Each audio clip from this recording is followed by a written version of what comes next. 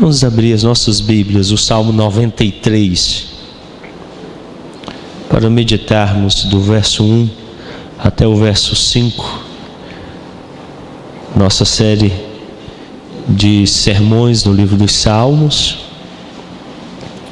Hoje o Salmo 93, verso 1 até o verso 5. Vou convidar a igreja para fazer esta leitura, uma só voz. Leiamos todos. Reina o Senhor.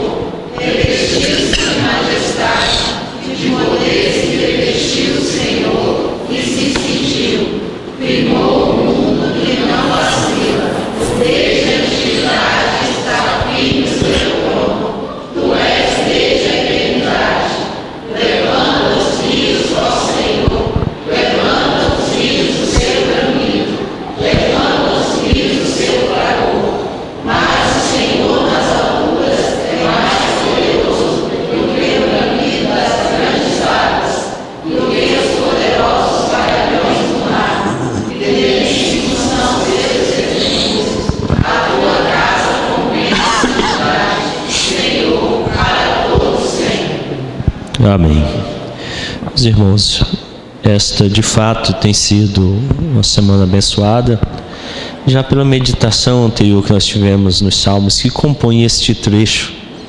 Hoje nós vamos trabalhar aí no Salmo 93, verso 1 ao 5, com o tema aí, Deus reina. Então este é o nosso tema. Nós vamos trabalhar aí desses versos, os versos 1 a 5, é um pequeno grupo de versículos, mas muito rico, que há de nos dirigir na compreensão da verdade bíblica. Então, nós temos percebido já nessa nossa caminhada que os salmos são uma coletânea de livros que trata sobre o tema dos louvores. Embora muitos salmos sejam salmos de orações ou de leitura responsiva, alguns são poemas, então eles vão diferenciar muito um do outro. Então esse grupo de salmos, que embora a maioria acredite serem somente cantados, possuem características muito particulares, como por exemplo, alguns eram usados para, no processo de ida, de peregrinação até o templo, serem recitados nos degraus de forma responsiva. Um grupo falava uma linha, outro grupo outra linha. Os salmos originalmente são dispostos por linhas ou columns e não parágrafos nem versículos. As linhas e os columns diferem muito do texto que nós possuímos em mãos. Infelizmente não é possível termos a nossa tradução, essa riqueza da poesia hebraica. Mas eles então eram recitados, alguns oravam os salmos, alguns são orações coletivas, outras são orações pessoais. As mais diversas situações são contempladas nos salmos. Assim, eles são ricos. Por isso Calvino disse que eles são a Bíblia em miniatura, que de fato eles contêm ali muitas verdades que nos levam a compreender amplamente a vida cristã, de maneira a nos enriquecer muito.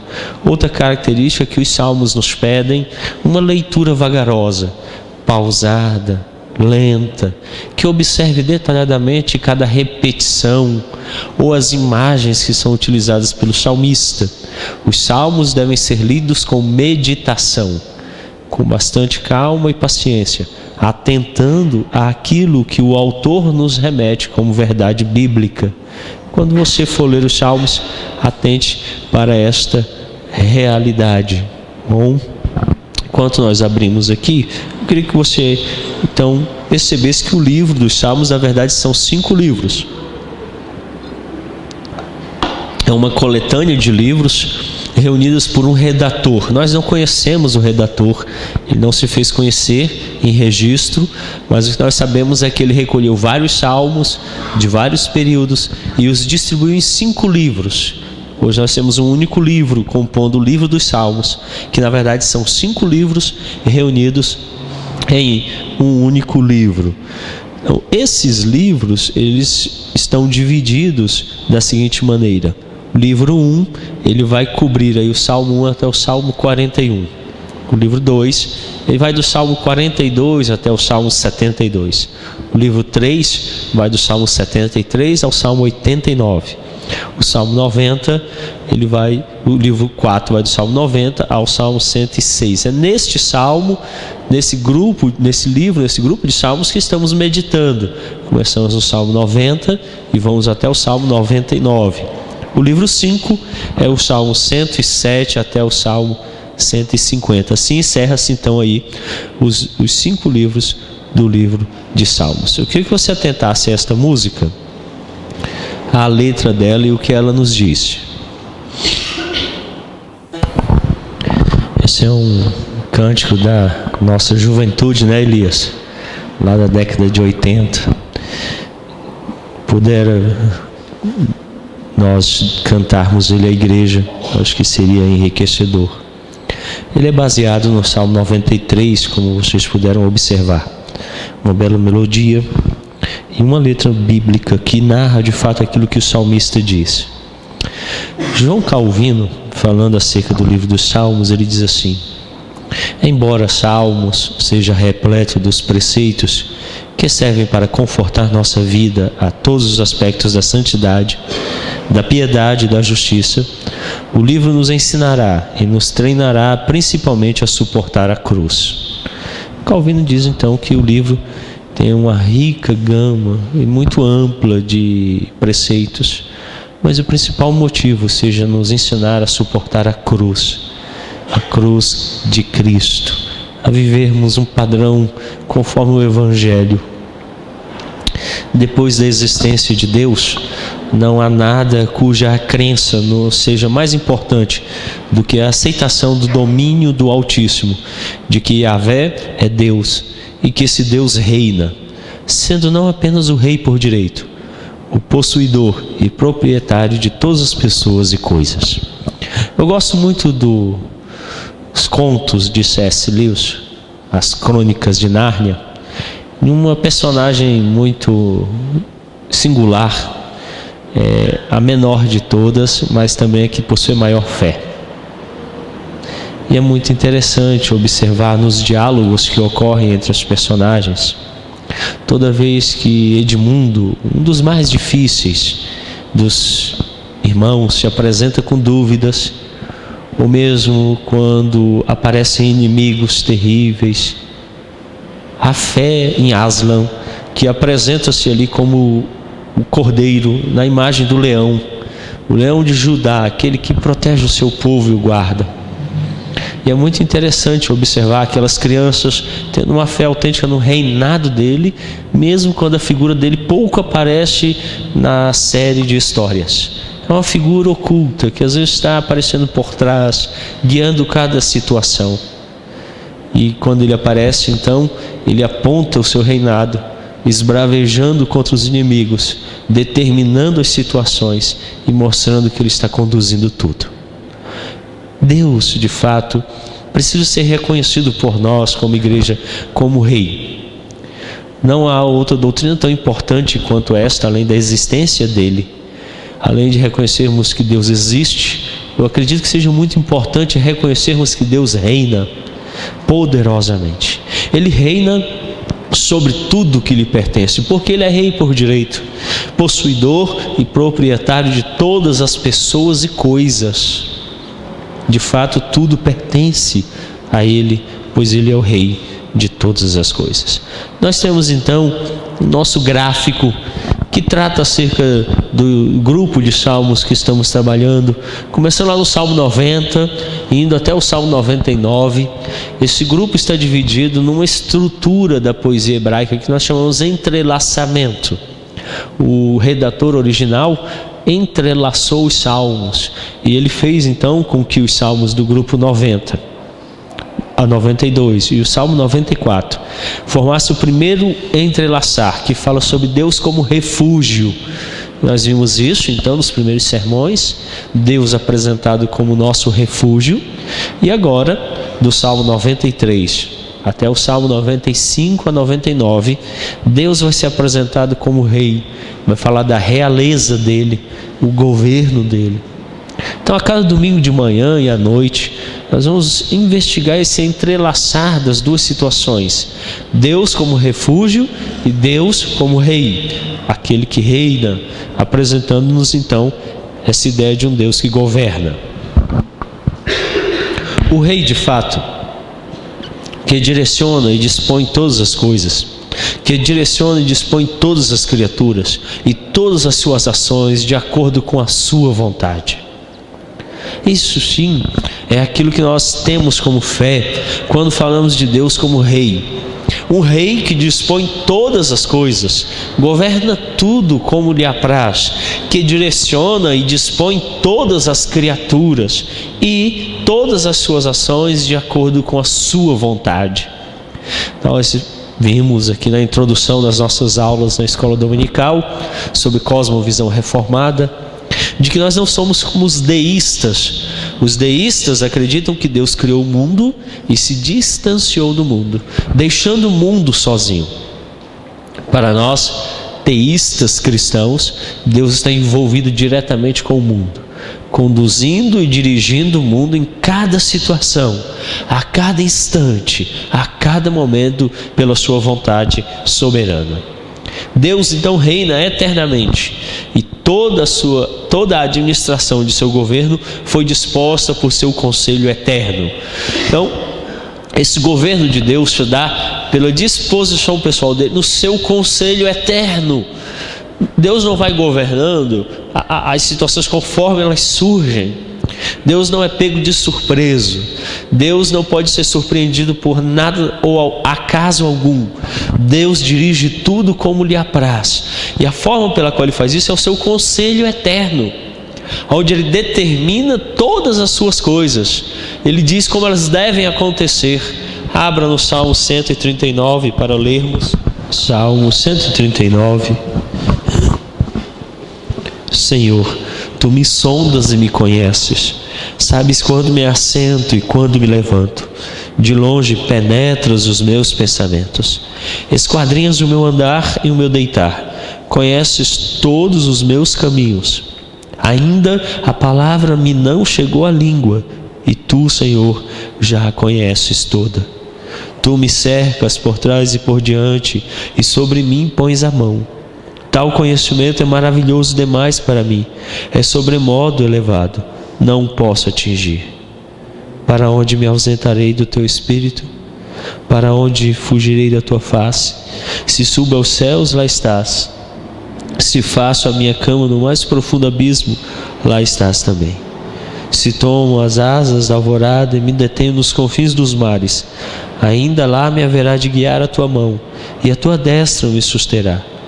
Se eu digo as trevas com efeito me encobrirão, e a luz ao redor de mim se fará noite, até as próprias trevas não te serão escuras. As trevas e a luz são a mesma coisa, pois Tu formaste o meu interior, Tu me teceste no seio de minha mãe. Graças te dou, visto que por modo assombrosamente maravilhoso me formaste. As Tuas obras são admiráveis, a minha alma o sabe muito bem.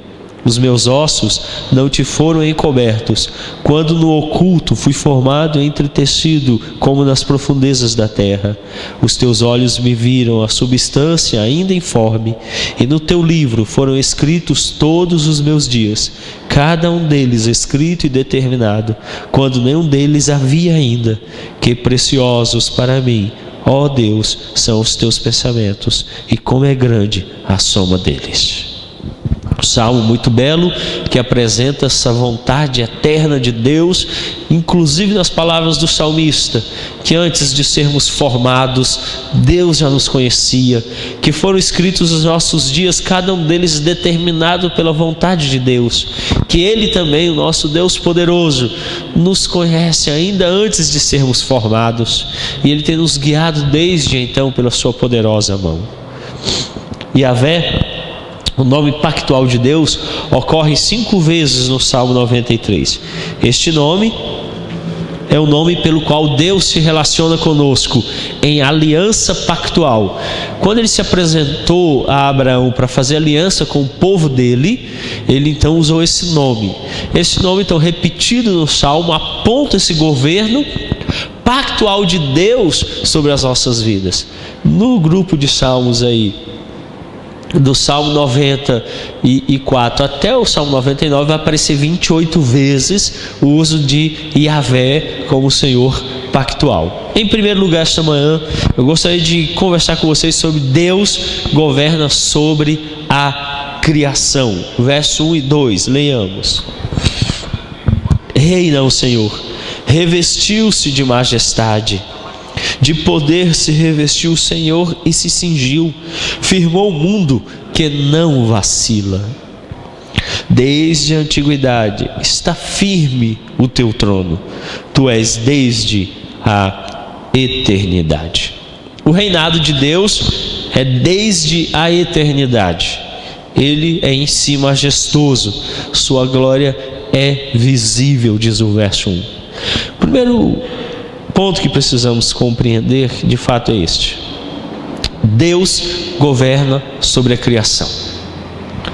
A palavra que o salmista utiliza aqui para eterno, o termo hebraico, aponta para a futuridade, para aquilo que não tem princípio nem fim, que não pode ser medido, mensurado. De fato, o que o salmista está dizendo é que o reino de Deus não teve início e o reino dele também não tem fim, que ele estende-se por toda a existência do próprio Deus.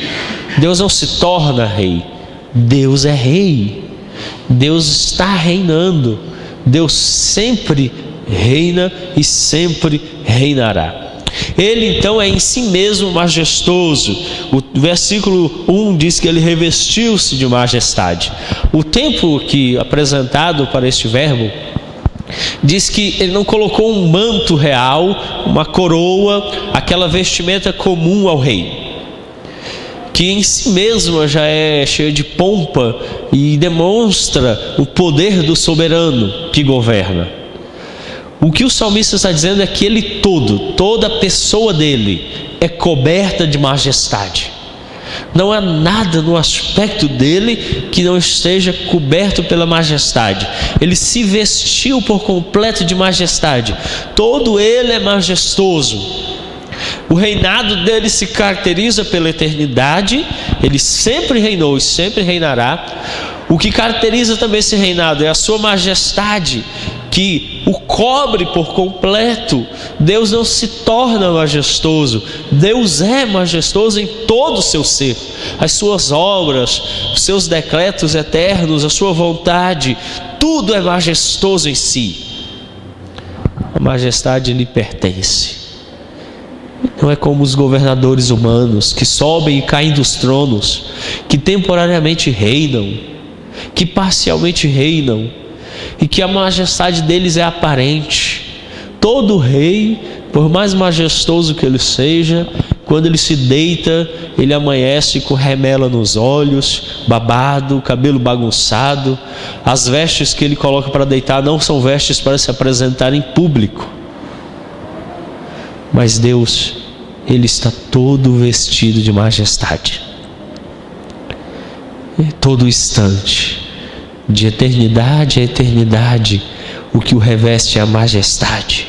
Outra característica, o salmista diz que o poder revestiu também ele. No hebraico diz que ele colocou um cinturão de poder. Traz consigo um cinturão de poder. A glória dele é visível aos homens, o poder dele é manifesto aos homens. Deus tem governado todas as coisas. Não se assuste, inclusive o diabo. O diabo está sob o domínio de Deus. O diabo não é um ser livre que age por si mesmo. Deus reina sobre o diabo. O diabo lhe obedece a voz. Isso fica bem claro no livro de Jó. Quando Deus lhe ordena, imediatamente ele obedece. Apesar de ser um anjo caído e condenado já, ele está sob o poder soberano de Deus. A sua rebelião foi controlada por este poder Deus o restringiu, Deus o tem restringido. Nós vimos isso na série de sermões em Apocalipse. O diabo está preso, contido pelo poder de Deus, e a sua ação é tão limitada que ele só pode fazer aquilo que Deus permite. De fato, Deus é poderoso no seu governo. Sua aparência toda é majestosa, porque ele está completamente vestido dela. Então, quando você pensa em Deus, eu quero considerar no meu coração que vocês atentamente no domingo passado perceberam que o louvor, o culto de adoração a Deus é por quem Ele é. E agora o salmista nos traz essa ideia de quem é a realeza de Deus. Por que Deus é rei? Já que ele apresenta um artifício que eu considero muito forte. Todo ele é majestoso. Pare para considerar a majestade de Deus, o poder do soberano, tudo o que ele faz, como ele dirige o universo, como ele dispõe os sóis, as terras, os planetas. Ontem os cientistas descobriram mais um planeta que possui 2 sóis em torno dele. A Bíblia diz que Deus chama cada estrela pelo seu nome a cada dia e as dispõe no universo como Ele deseja. Você já pensou nisso?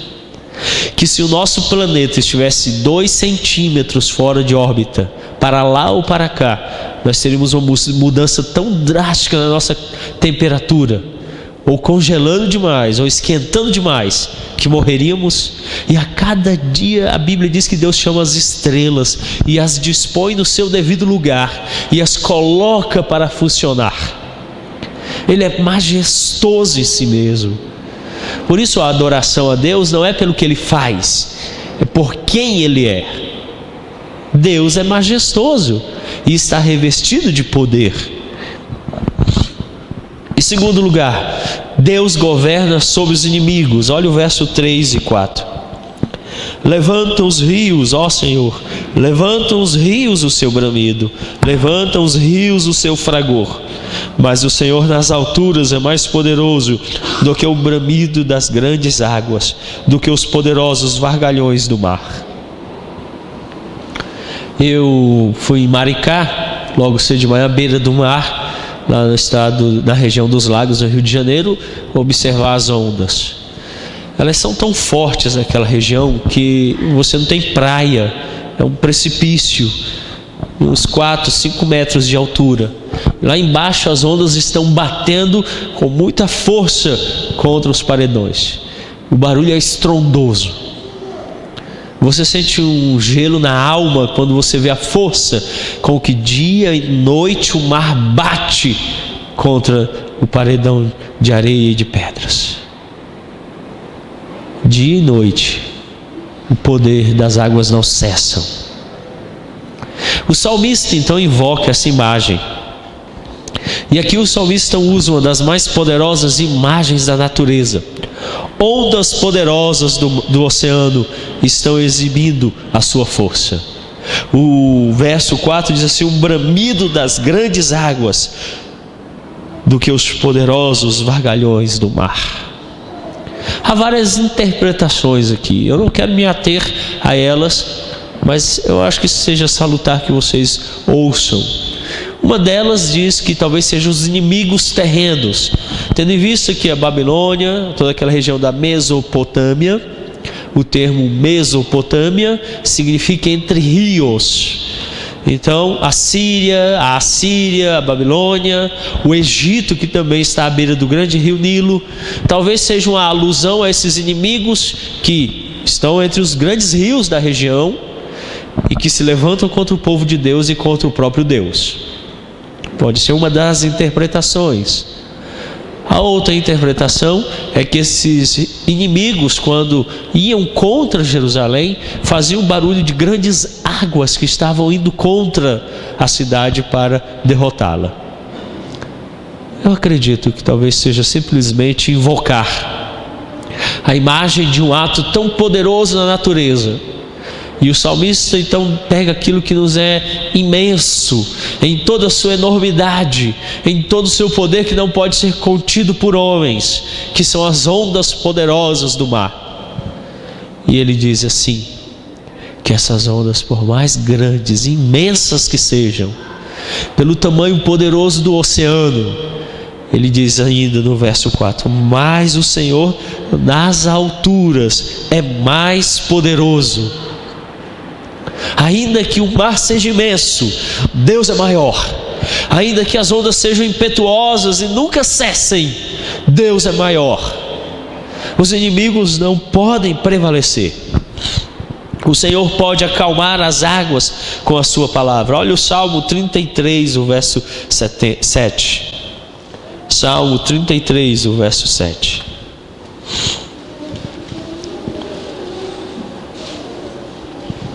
Ele ajunta em montão as águas do mar, e em reservatórios encerra as grandes vagas. O salmista declara que ele vem como que com as próprias mãos tomasse os oceanos e os ajuntasse. Lá em casa, essa semana lavando a louça, nós não temos aquele pequeno rodinho lá que puxa água na pia, sabe? E aí eu uso as mãos. Enquanto eu puxava assim, a água de um lado e do outro, e ela sempre escapava pelos lados, e por mais que eu tentasse ainda continuava molhado, a única imagem que pôde vir à minha mente foi esta: Deus, diz o salmista, tomando as águas dos oceanos e ajuntando. Foi isso que ele fez na criação do mundo. Pela sua palavra ele disse que se separe os grandes oceanos da terra, e a Bíblia disse, e assim foi. E eu fico pensando que nem a pia eu consigo juntar água. Você já pensou os rios, os lagos, os oceanos, em todo o seu poder? O salmista diz que Deus os ajunta e os preserva onde Ele quer. O Salmo 104, verso 7. O salmista, no verso 6, diz assim: tomaste o abismo por vestuário e a cobriste. As águas ficaram ainda nas montanhas. À tua repreensão fugiram. À voz do teu trovão bateram em retirada. A outra cena aqui que invoca a minha memória é quando o povo de Israel chega diante do mar, uma imensidão de água, e atrás vem o exército inimigo. E a Bíblia diz que Deus ordena a Moisés, o seu servo, que diga as águas para abrirem. E imediatamente se abriram as águas, e 2 paredões se formaram, um de cada lado, e a pé enxuto o povo atravessou. Fim da travessia, as escrituras dizem que imediatamente Deus ordenou ao seu servo que fechasse as águas. Eu gosto muito da cena o desenho da Disney, Príncipe do Egito, quando as águas fecham e as migas de Faraó ficam rodando entre as ondas, e os exércitos ficam balançando de um lado para o outro. Passa uma baleia no fundo, passam os peixes, e tudo volta à normalidade. Aquilo que era extraordinário, aquilo que temporariamente era milagroso, volta à normalidade. Deus diz assim que se fechem as águas, e elas se fecham sobre os inimigos. Então o salmista vem agora e diz assim: à tua repreensão fogem, mas a uma só palavra, à voz do teu trovão, elas se retiram de novo. Deus governa sobre as grandes águas. Deus governa sobre os seus inimigos. Por isso Ele também pode subjugar os seus inimigos. Não há poder neste mundo, por maior que seja, que possa subsistir ao poder daquele que reina para todo sempre. Em terceiro lugar, o governo de Deus sobre o seu povo. Verso 5, acompanhe comigo.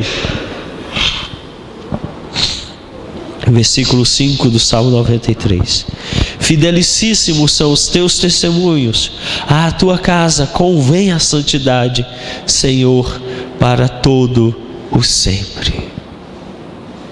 O salmista aqui nos convida a perceber que Deus, sendo rei pactual sobre o seu povo, Deus lhes dá seus estatutos para os governar. Ele começa dizendo: fidelicíssimos são os teus testemunhos. De novo, características próprias de um rei. O rei que não é fiel, ele é fidelicíssimo. As palavras dele não falham. Ele não mente, ele não torna atrás. Deus não se assemelha aos filhos de Adão para mentir. Ele não torna atrás as suas palavras. De eternidade a eternidade a palavra dele permanece. Essa semana eu fiquei chocado com um vídeo que publicaram na internet de um homem que se chama pastor, movimento pentecostal, sobe ao palco onde está tendo show, e ele então diz assim: eu não vou pregar, eu ia pregar sobre Davi, mas o Espírito Santo me falou para pregar diferente, eu vou pregar sobre Danau. Bom, imediatamente minha mente já falou assim: poxa, em hebraico nem em português eu nunca ouvi falar desse cara na Bíblia. Aí ele vai e fala assim: gente, o Danau, ele é um homem de Deus, Danau tem muito poder. E aí depois que eu fui lembrar, né, da música Solta o Cabo Danau, e aí então começa a pegar a música e falar do Danau. Para ele o Danau é uma pessoa, e diz que o Danau é isso, o Danau é aquilo, o Danau. E eu falei: agora danou-se tudo, né? Além de ter abandonado as escrituras, ainda vai falar da música e ainda fala errado da música. E o salmista então diz assim: Deus reina. João Calvino, nas Institutos da Religião Cristã, diz que Deus governa o seu povo através de um cetro. Vocês entendem a figura do cetro? O cetro era uma espécie de carimbo do rei. Quando você vai numa instituição pública e busca o aval para algum documento, eles validam aquele seu documento com carimbo e a assinatura daquele que é responsável. O rei, quando batia o cetro, estava determinado. Quando ele erguia o seu cetro, o reino era governado. E João Calvino então diz que o cetro pelo qual Deus governa o seu reino são as escrituras. Então, a quarta-feira, nós tivemos a oportunidade de meditar um pouco sobre isso, quando Calvino, no capítulo 9 das Institutos, diz que os fanáticos que são dados a revelações subvertem a palavra de Deus. E então o salmista começa dizendo que um aspecto do reinado de Deus, quando ele diz reina o Senhor, Deus reina através dos seus testemunhos. O termo testemunho aqui não é aquele testemunho que o pessoal dá por aí não, tá? Por mais que o testemunho da pessoa seja autêntico, ele nunca será autoritativo sobre a vida da igreja. São palavras de um homem. E a Bíblia diz que maldito o homem que confia no homem. Você pode dar o seu testemunho, mas ele não é autoritativo sobre a vida da igreja. Testemunho aqui, como em todo o Salmo 119, depois que eu retornar de férias, amanhã o pastor está saindo de férias e retornando no dia 23, nós vamos retornar a esse grupo de salmos. Quando nós o encerrarmos, nós vamos ter uma pequena série no Salmo 119. E uma coisa que nós vamos aprender é que a palavra de Deus ela é chamada de estatutos, mandamentos e testemunhos. O testemunho aqui é a palavra de Deus. Isso é fidelício. A palavra dele não falha, não mente, não torna atrás, é confiável. Não o que eu digo, não o que a igreja pensa. A palavra dele é que deve permanecer. Ela é o cetro pelo qual este rei governa o seu povo. Sendo então Deus um rei pactual, governa o seu povo através da sua palavra. Apesar da sua posição real, esse rei habita em santidade com o seu povo. Deus não é um rei distante, não é como dizem os deístas, um Deus ausente. Deus é um Deus presente entre nós. E no verso 5 ele diz: à tua casa convém a santidade. Nós estamos reunidos aqui como igreja, e há um grande equívoco em denominar este lugar templo. Não há mais templo desde o fim do Antigo Testamento. Deus não habita mais em templos feitos por mãos humanas. Nós temos aqui um prédio, uma construção, que ora nós denominamos igreja ou templo, é inapropriado qualquer um dos dois termos.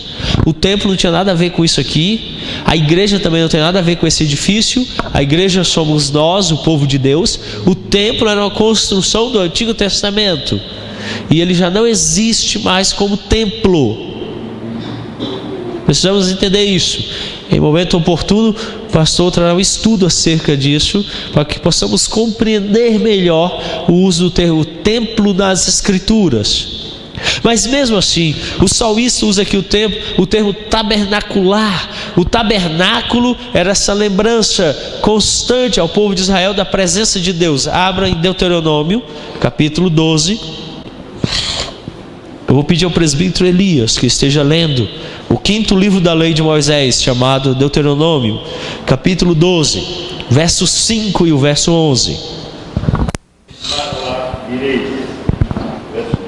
11. Então haverá que escolherá o Senhor, vosso Deus, para lhe fazer habitar o seu povo.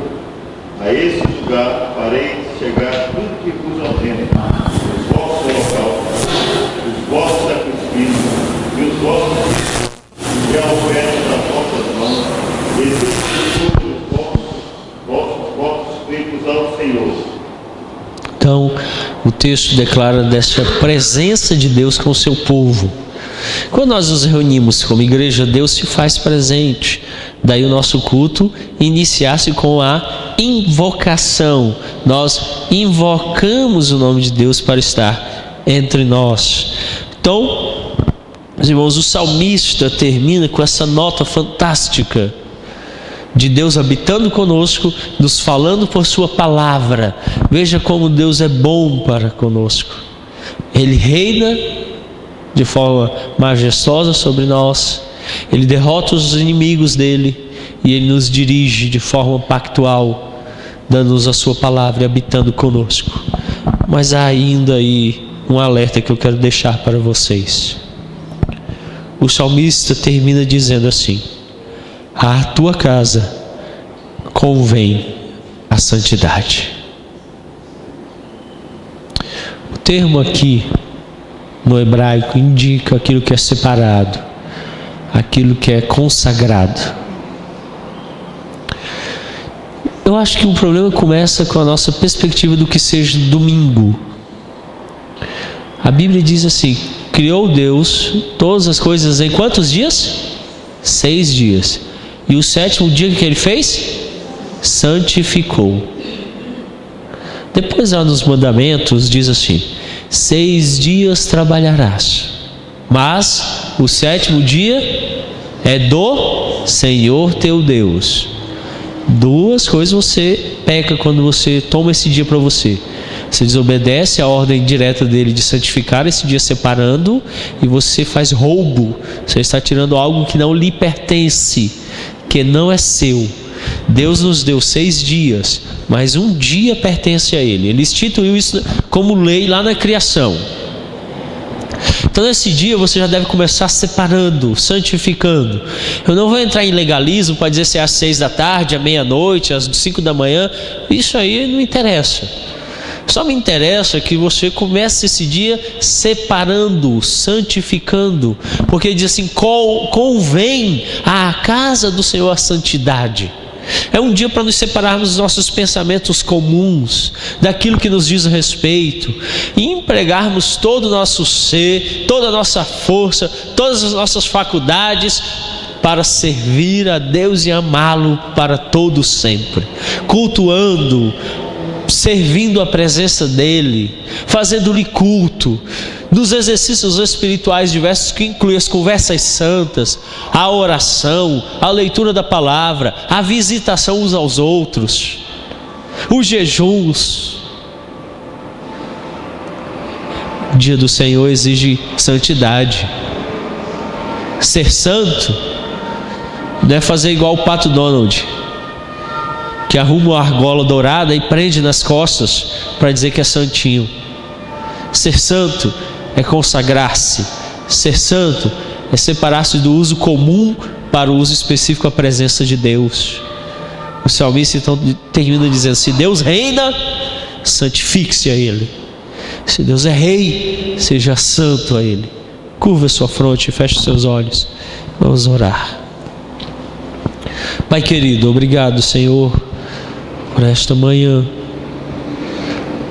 Obrigado, ó Deus, pela graça de sabermos que o Senhor Deus reina sobre nós. Reina poderosamente sobre as nossas vidas. Que o Senhor Deus tenha nos dirigido pelo seu poder. Que o Senhor está revestido de majestade. Isso o torna singular no seu reinado.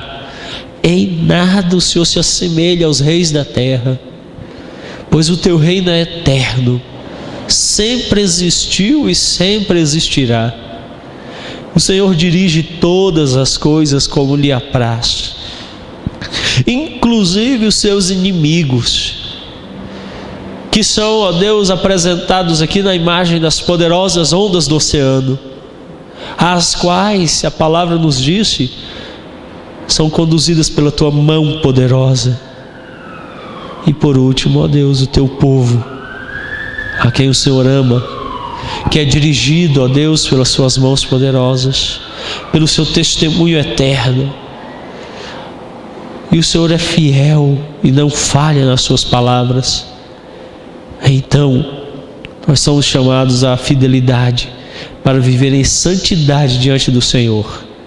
Dar-nos esta graça, Pai. É o que nós rogamos. Em nome santo de Cristo Jesus. Amém.